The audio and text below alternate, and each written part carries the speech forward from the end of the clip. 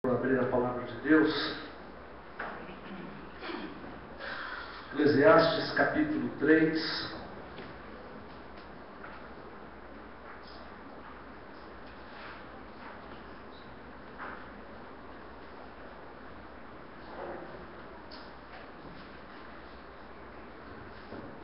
Nós vamos ler a palavra do Senhor do verso 1 até o verso 13. Eclesiastes 3, de 1 a 13.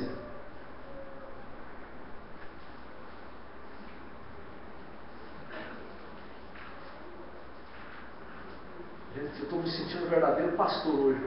Uma calça, há muito tempo que eu não uso uma calça desse tipo aqui, ó. Sapato. Me senti um pastor pra caramba. Essa calça mole aqui está me incomodando, você sabe tanto. Ai, ai. Bola para frente, né?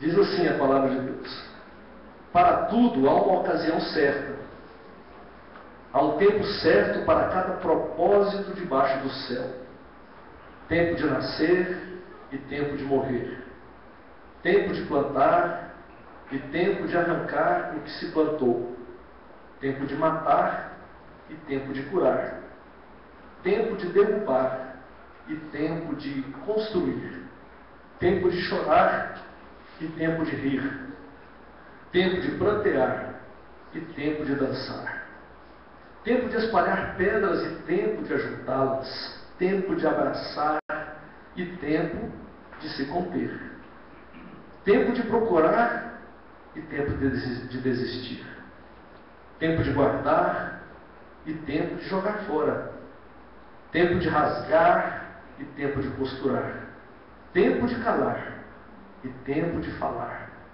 tempo de amar e tempo de odiar, tempo de lutar e tempo de viver em paz. O que ganha o trabalhador com todo o seu esforço? Tenho visto o fardo que Deus impôs aos homens. Ele fez tudo apropriado em seu tempo. Também pôs no coração do homem o anseio pela eternidade. Mesmo assim, ele não consegue compreender inteiramente o que Deus fez. Descobri que não há nada melhor para o homem do que ser feliz e praticar o bem enquanto vive. Descobri também que poder comer, beber e ser recompensado pelo seu trabalho é um presente de Deus. Até o verso 13. Nós vamos orar mais uma vez. Obrigado, Senhor, pela Tua palavra que temos diante de nós. Contamos com o Teu Espírito para Ele abrir os nossos olhos, desvendar os mistérios da Tua palavra, que possamos não somente compreendê-la, mas sobretudo aplicá-la em nossa vida para a glória do Teu nome. É o que te pedimos em Cristo Jesus. Amém. Amém, gente? Amém. Vocês estão acordados? Amém? Amém. Então tá bom. Vamos então, eu queria nessa noite falar sobre esse texto, e eu pensei qual que seria um bom tema, e eu achei que seria legal falar sobre algumas dicas para o ano novo. O ano está começando, e nós às vezes queremos viver um ano novo, sobre novas perspectivas, sobre novos estímulos, sobre novos prismas, e a gente precisa olhar para a palavra, porque ela é sábia e ela nos ensina a termos discernimento exato sobre como agir em cada momento da nossa vida. Eu creio que esse texto aqui de Eclesiastes, ele tem muito a nos ensinar sobre como viver o novo tempo. Esse tempo que se inicia agora. Eu começo então citando dois autores. O primeiro deles é o Philip Yancey. Vamos ler juntos esse texto? A Bíblia não faz belas promessas sobre uma vida só de primavera. Ela aponta para a fé que nos ajuda na preparação para as estações áridas. Virá o inverno vigoroso, seguido do verão escaldante. Mas, se as raízes da fé se aprofundarem o suficiente e alcançarem a água da vida, sobreviveremos a períodos de seca e floresceremos em períodos de fartura. Isso é o que diz Philip Yancey em seu livro. Outro texto que eu gostaria de citar do Norman Wright. Vamos lá? Assim como Deus planejou as estações para produzir crescimento na natureza, Ele arranjou as experiências sazonais de nossa vida para o crescimento do caráter e de nossa relação com Ele. Alguns dias são ensolarados, outros chuvosos, ambos são necessários. Se nós observarmos bem, existe uma relação próxima entre as estações do ano e a nossa vida. Até porque as estações do ano, elas não marcam apenas as mudanças do clima, mas as estações do ano também afetam o nosso humor, na verdade, afetam as nossas motivações. Por exemplo, o que te vem em mente quando você está no verão? Verão é tempo de alegria, não é isso? O que mais? Descanso, sol, praia. Verão é música, né? Verão é tempo de curtir a vida, não é isso? E quando se fala de outono, é bem verdade que a gente não sabe muito bem o que é outono, como os países acima da linha do Equador, né? Mas aqui a gente pode perceber que aí está uma descrição, essa imagem é tudo. As árvores estão ali, já suas folhas já caíram, o chão está coberto, né? E o outono então é um tempo de reflexão. Poderíamos dizer que o outono é período marcado pela decadência, pelo declínio, pelo ocaso. As folhas caem, as árvores ficam desnudas. É um período difícil, mas bonito. Esse período aqui em Brasília, não sei quantos já perceberam, eu consegui perceber isso quando eu mudei para o Lago Norte, o período da seca aqui em Brasília, né? O período da seca que é terrível, né? Quando eu vim de Goiânia para cá, a dificuldade de respirar era enorme. Mês de agosto, parece que o ar não vem. É uma dificuldade terrível para quem está acostumado a viver em outros lugares. E olha que Goiânia não é nenhum exemplo de uma cidade úmida, né? Mas vim para cá, senti mal, passei mal. Demorou um pouco para eu acostumar com o clima de Brasília.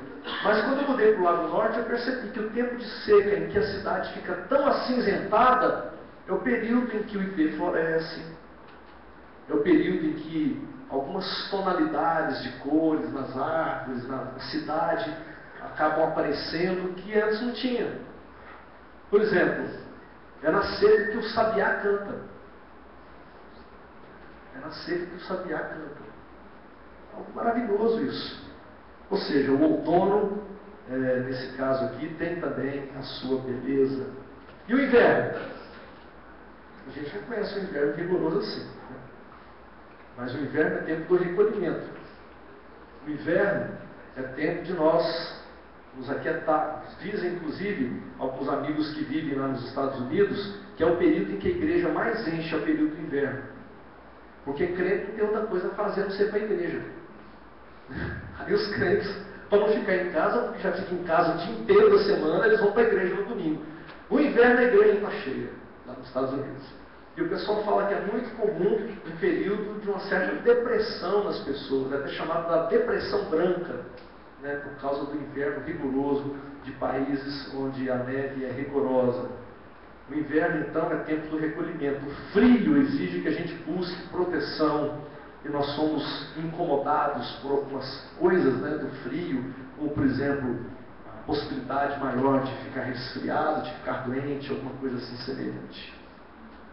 E a outra estação que está faltando? Qual a primavera? Primavera é a quarta estação. Ela já é marcada pela explosão de cores, pelo cheiro de renascimento, né? As flores acabam tornando a cidade mais bela, o campo mais belo, e um aroma que é exalado pelas flores, né? Isso significa que a primavera acaba se tornando uma estação da esperança, né? Um tempo dos frutos no pomar, um tempo de sinais claros da vida presente em nossa vida. Assim também, nós vemos a nossa vida sendo marcada por estações. Tem o tempo da alegria, da explosão, da vida, mas tem o momento do declínio, tem o momento da tristeza, tem o momento do recolhimento. A nossa vida também é marcada por estações, por fases, algumas mais alegres, exuberantes, outras mais sofridas e doloridas, no entanto, não menos necessárias. Eclesiastes nos diz que há tempo para cada propósito debaixo do céu. Eu não sei como foi o seu ano de 2013, eu não tenho a menor ideia do que você espera para 2014. Talvez você tenha passado nesse ano agora por muitas lutas pesadas, doenças, dificuldades financeiras, problemas familiares, dificuldades, crises nos relacionamentos, quem sabe luto em família, quem sabe alguma tragédia abateu a sua casa, eu não sei. Mas talvez você tenha sido marcado por 2013 pela alegria e pela felicidade. Uma vitória familiar, um noivado, um casamento, né, Márcio e Mariana? O nascimento de um filho, um novo emprego, uma promoção, um presente inesperado, uma aprovação num concurso público, no vestibular. Talvez 2013 tenha sido um ano marcado por coisa muito boa. O certo é que as estações, elas são marcadas por fluxos e refluxos, e não são apenas uma realidade na vida de todos nós. Os fluxos e refluxos são uma necessidade em nossas vidas. Assim como a criação precisa desse ciclo para a sua renovação, todos nós precisamos dos ciclos para o nosso amadurecimento, para a formação do nosso caráter cristão. O texto de Eclesiastes aqui nos coloca diante de algumas realidades. O texto nos fala, de um lado, da providência divina, e do outro lado, o texto nos fala da nossa responsabilidade diante da vida e das fases que nós vivemos na nossa existência. É um texto muito interessante, esse texto de Eclesiastes, porque ele desmonta essa ideia equivocada que tem sido pregada em muitos cultos dos nossos dias, dizendo que a vida cristã é livre e isenta de problemas e de crises. Você tem crise, você tem problemas, você tem dificuldade, é porque você está em pecado, é porque você está desobedecendo a Deus, é porque a mão do Senhor está pesando sobre a sua vida. É bem verdade que isso pode acontecer, mas nem sempre uma coisa é sinônima da outra. Muitas das vezes, o Senhor permite que passemos por dias difíceis, por lutas, por dificuldades e por crises, porque Ele nos quer dar um amadurecimento, um crescimento que de outra forma nós não teríamos. Imagine se a vida fosse só de coisa boa. Seria um tanto monótono.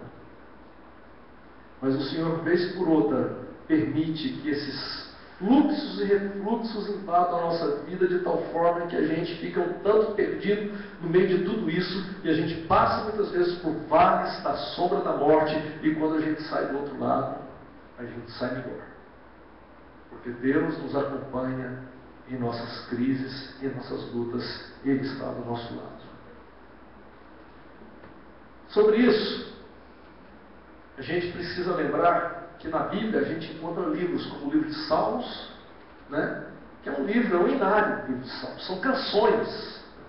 Mas encontramos também o livro de Cântico dos Cânticos, né? Mas também encontramos na Bíblia o livro de Lamentações. Nós percebemos que na própria Bíblia nós encontramos com essa realidade da vida que é cercada por grandes vitórias e conquistas, mas também, por vezes, ela é revestida de decepções e fracassos. Eu fiz uma música um tempo atrás. A música dizia assim: a mão que plantou morango, vermelhinho, docinho, colheu o jiló.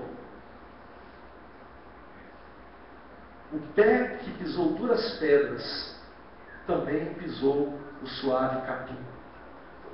as flores brotaram, os espinhos cresceram e a vida seguiu.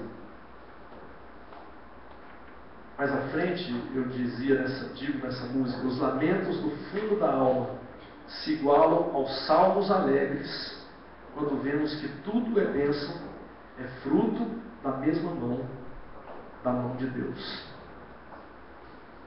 É isso que Eclesiastes está nos dizendo. Há tempo para todas as coisas. Alguns aprendizados de Eclesiastes, desse capítulo 3, que eu gostaria de trazer para você e para mim nessa noite, e que eu sugiro como algumas dicas para vivermos e encararmos esse novo ano. Primeira grande realidade que o texto nos apresenta: a vida não é fácil de ser vivida, mas pode ser aliviada. Você está achando que viver é fácil? Não é fácil. O verso 10 mesmo nos diz assim: tenho visto o fardo que Deus impôs aos homens. O que seria isso? Será que Deus, por acaso, é um tirano que oprime, que escraviza suas criaturas, que gosta de ver o nosso sofrimento? Será isso? Claro que não, gente. A descrição do verso 10 é claramente explicada por Gênesis, capítulo 2, verso 17. Você não precisa abrir o texto, caso queira, fique à vontade, mas eu vou adiantar o que o texto fala. Deus, quando cria o homem, alerta o homem dizendo assim: Deus cria o homem à sua imagem e semelhança, e diz a ele: não coma do fruto da árvore do conhecimento do bem e do mal. Você pode comer de toda e qualquer fruta de qualquer árvore que está aqui no jardim, menos a fruta da árvore do conhecimento do bem e do mal. Sabe por que você não pode comer? Porque se você comer dela, certamente você morrerá. Deus diz isso. Mas o que o homem faz? O ser humano não atenta para a voz divina, e ao invés de obedecer o Senhor, em vez de viver debaixo do governo de Deus, ele opta pela rebeldia, pela desobediência, e as consequências advertidas por Deus caem sobre o homem como uma consequência óbvia. Deus falou: não coma que você vai morrer. E ele come, o que acontece com ele? Morre. Só isso. A partir daí, nós percebemos que a morte adentra a vida não só do homem, mas de toda a criação. Todo o planeta, toda a criação geme e suporta angústias até o presente momento, aguardando a volta de Jesus. Não é só você, não sou só eu que fomos afetados pelo pecado, pela desobediência dos nossos pais, e que agora nós somos marcados por ele. Nós já nascemos com esse gene do pecado. Todos pecaram e carecem da glória de Deus. E o salário do pecado é a morte. Desde então, o ser humano carrega um pesado fardo sobre suas costas. As consequências afetaram a nossa relação com Deus, afetaram a nossa relação com o próximo, afetaram a nossa relação comigo mesmo e com a criação, e a vida se tornou um peso. Olhando bem, não foi Deus quem impôs o fardo pesado sobre as nossas costas, mas foi uma opção humana quando preferiu se rebelar contra o senhorio de Deus. No entanto, a Bíblia é maravilhosa, né? Porque ela aponta o nosso erro, mas ela aponta a solução. Da mesma forma, Deus tem colocado diante de nós o alívio desse fardo quando Ele nos convida, através de Jesus: venham a mim, os cansados e sobrecarregados, e eu lhes darei descanso. Tomem sobre vocês o meu jugo e aprendam de mim, porque eu sou manso e humilde de coração, e vocês encontrarão descanso para as suas almas, pois o meu jugo é suave e o meu fardo é leve. Aproxime-se de Jesus, aproxime-se do Deus Pai, e você experimentará um alívio para a sua alma pesada. É isso que nos diz a palavra de Deus. Salmo 37, 5 nos diz: entregue o seu caminho ao Senhor, confie nele, e ele agirá. Ele deixará claro como a alvorada que você é justo, e como o sol do meio-dia que você é inocente, porque o sangue de Jesus nos justifica e nos torna inocentes. Em Jesus, Ele, através do seu sangue, remove de nós a culpa da desobediência e alivia o nosso pesado fardo. Experimente viver assim próximo ano. A vida não é fácil, mas pode ser aliviada se buscarmos a Jesus de todo o nosso coração. Ele trará alívio para a nossa vida. Segunda dica para você, segundo Eclesiastes: apesar do nosso pecado, Deus não nos abandonou. É isso que Eclesiastes nos diz. Nós temos visto nos jornais uma avalanche de más notícias. O mundo parece em convulsão. São problemas de todas as ordens, catástrofes naturais, ciclones, tempestades, contrastando com secas em outras regiões do planeta. O mundo está em convulsão por meio de guerras, conflitos raciais, a corrupção, a violência, mortes de inocentes, estupros. Agora, nesse exato momento, uma onda de estupros na Índia, terrível. Uma jovem, ontem mesmo, se não me falha a memória, foi ontem mesmo, ela se suicidou porque ela foi estuprada por 7 jovens. Depois ela denuncia, esses 7 jovens ameaçam essa moça e tomam ela novamente, estupram essa jovem de 16 anos novamente. E ela, desesperada, sabia o que fazer, ela ateou fogo e morreu queimada. Coisas horrorosas como essa acontecem no mundo, porque é um mundo que jaz maligno. Um mundo de exploração econômica, um mundo onde os ricos dominam e exploram os pobres. Um mundo em que agora, em 2014, nós será um ano não só de Copa do Mundo, mas um ano de eleição, em que muitos lobos em pele de cordeiro vão bater as portas de muitas igrejas, né? E de tantos outros espaços da sociedade. Será que Deus está inerte a tudo isso? Deus não se importa com essas coisas? Estariam os deístas corretos? Os deístas são aqueles que creem que Deus criou o mundo. Com respeito a isso, eles não têm dúvida. No entanto, eles acham que Deus criou o mundo, deu corda, soltou e Deus foi embora. Deus não está nem um pouco interessado com as questões do mundo. Estaríamos nós soltos, à deriva? O verso 11 do capítulo 3 de Eclesiastes nos diz o seguinte: Ele fez tudo apropriado ao seu tempo. Verso 14: sei que tudo que Deus fez, ou melhor, sei que tudo que Deus faz permanecerá para sempre. A isso nada se pode acrescentar e disso nada se pode tirar. O mundo não está à deriva, não, gente. Deus mantém controle sobre todas as coisas. Assim a gente pode crer que há esperança. O Senhor vê todas as coisas e Ele age no seu devido tempo para a sua glória e para o nosso bem. Aleluia por isso. Verso 17 diz que o justo e o ímpio Deus julgará ambos, pois há um tempo para todo propósito, um tempo para tudo o que acontece. Ou seja, o Deus da eternidade é justo juiz. Ele vê, Ele ouve, Ele conhece a intenção do coração humano. Portanto, uma dica para você nesse novo ano: não se desespere com as más notícias. Muitas más notícias ainda baterão a sua porta. No entanto, nada, absolutamente nada, fugirá do controle do nosso Deus. Porque Deus dirige a história. Assim, Coloque suas expectativas nele. Descanse nele. Ele não te abandonou. Ore, clame. Eu tenho cá comigo